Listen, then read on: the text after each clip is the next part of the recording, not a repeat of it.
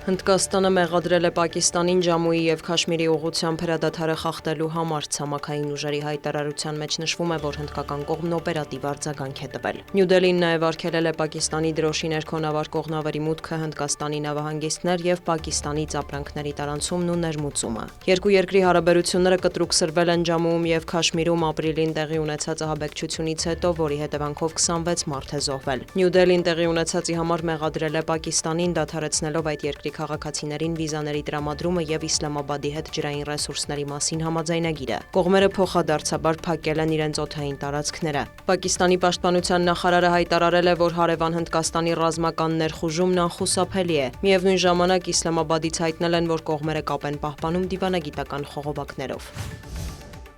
Ռուսական ուժերը անօդաչուներով հարվածել են Խարկովին, վերջին տվյալով 50-ից ավելի մարդ է տուժել։ Վոլոդիմիր Զելենսկին հայտարարել է, որ թիրախավորվել են բնակելի թաղամասեր։ Մինչ աշխարհը տատանվում է որոշումներ կայացնելու հարցում, Ուկրաինայում գրեթե ամեն գիշեր սարսափ է տիրում։ Մեզ անհրաժեշտ են ուժեղ որոշումներ և իրական լուծումներ Կիևի գործընկերներից, Միացյալ Նահանգներից, Եվրոպայից, նրանցից, ովքեր ձգտում են խաղաղության, շեշտել է Ուկրաինայի նախագահը։ Նա կոչ է արել միջազգային հանրությանը պատժամիջոցներ կիրառել և ճնշում գործադրել Մոսկվայի վրա։ Ռուսաստանի պաշտպանության նախարարությունն էլ հայտնել է, որ գիշերը ՀՕՊ համակարգերը 170 ուկրաինական անօդաչու թռչող սարք են խոցել։ Թիրախում են եղել Կրասնոդարի երկրամասը, Ռոստովի, Բրյանսկի, Կուրսկի, Բելգորոդի մարզերը։ Պայթյուններ են լսվել Ղրիմում։ Հաղորդվում է, որ Նովորոսիսկում բնակելի շենքեր են վնասվել կամ տուժածներ։ Քաղաքում արտակարգ դրություն է հայտարարվել։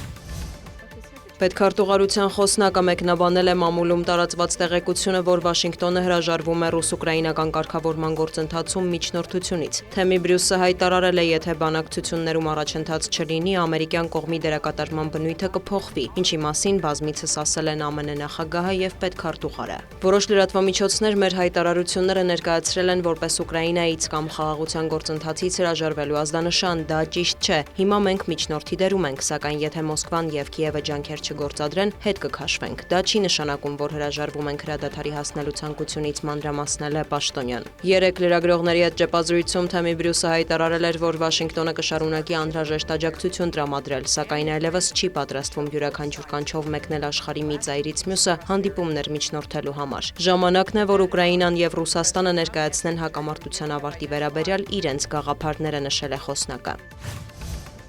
Վոլոդիմիր Զելենսկին մեկնաբանել է տեղեկությունը, որ Վաշինգտոնը կարող է դադարեցնել ռուս-ուկրաինական կարգավորման շրջանակում միջնորդական աշխատանքները։ Նման ազդակներ կան, քանի որ Ռուսաստանի հետ շատ դժվար է հրադադարի հասնել։ Նաև հնարավոր է որոշ երկրներ ցանկանան, որ հրադադարից հետո Ռուսաստանը և Ուկրաինան ուղիղ երկխոսեն, հավելել է Զելենսկին։ Միևնույն ժամանակ համոզմունք հայտնել, որ Եվրոպան կմնա Կիևի կողքին։ Խոսելով մայիսի 8-ից 11-ը հրադադար հաստատելու Վլադիմիր Պուտինի առաջարկի մասին, Ուկրաինայի նախագահը կոչ է արել Մոսկվային համաձայնել 30 օրով կրակը դադարեցնելու Կիևի առաջարկին։ Ինչու 30 օրով, քանի որ 3, 5 կամ 7 օրում անհնար է խաղաղության բանակցություններ վարել։ Մայիսի 9-ի հրադադարի գաղափարն ավելի շատ թատերական ներկայացում է, կարծիք է հայտնել Զելենսկին։ Ուկրաինայի նախագահն անդրադարձել է Վատիկանում Դոնալդ Թրամփի հետ հանդիպմանը։ Կարճ զրույց էր, բայց բոլոր ժամանակների լավագույնը։ Քննարկեցինք հանածոների պայմանագիրը, հակառուսական պատժամիջոցները, ՀՕՊ համակարգերի մատակարարումը։ Թրամփն ասաց, որ կաշխատի այդ ուղղությամբ, ասել է Զելենսկին։ Զատկին, ինչպես նաև մայիսի 9-ի կապակցությամբ հրադադար հայտարարելու ռուսական նախաձեռնության նպատակն է ստուգել, որքանով է Կիևը պատրաստ հասնել երկարաժամկետ կայուն խաղաղության, հայտարարել է Կրեմլի խոսնակը։ Մենք Կիևից ակնկալում ենք ոչ թե երկիմաստ, այլ վերջնական հայտարարություններ, իսկ գլխավորը տոնական օրերին հակամարտության ապա էսկալացիային ուղղված գործողություններ, նշել է Դմիտրի Պեսկովը։ Նա Ուկրաինայի իշխանություններին մեղադրել է նեոնացիզմի համար։ Իսրայելը կրկին հարվածել է Սիրիային։ ԶԼՄ-ները գրում են, որ ավիահարվածներ են հասցվել Դամասկոսում և մայրաքաղաքի արվարձաններում գտնվող ռազմական օբյեկտներին և Թուրքիայի հետ կապ ունեցող ուժերին։ Տեղական լրատվամիջոցների տվյալով 1 քաղաքացիական անձ է զոհվել, կան տուժածներ։ Երեկ էլ Իսրայելի վարչապետը և պաշտպանության նախարարը հանդես են եկել համատեղ հայտարարությամբ, տեղեկացնելով Դամասկոսում նախագահական պալատի մոտ գտնվող թիրախին հարվածելու մասին։ Բենյամին Նեթանյահուն և Իսրայել Կացը նշել են, սա հստակ ազդանշան է սիրիական ռեժիմին։ Մենք թույլ չենք տա զորքեր ուղարկել Դամասկոսից հարավ կամ սպառնալ դրուզների համայնքին, նշված է հայտարարության մեջ։ Օրերս տեղեկություններ են տարածվել, որ Դամասկոսի մոտակայքում բախումներ են եղել զինված խմբավորումների և դրուզների ներկայացուցիչների միջև։ Սիրիայի ներքին գործերի նախարարությունն ավելի ուշ հայտնել է իրավիճակը վերահսկողության տակ վերցնելու մասին։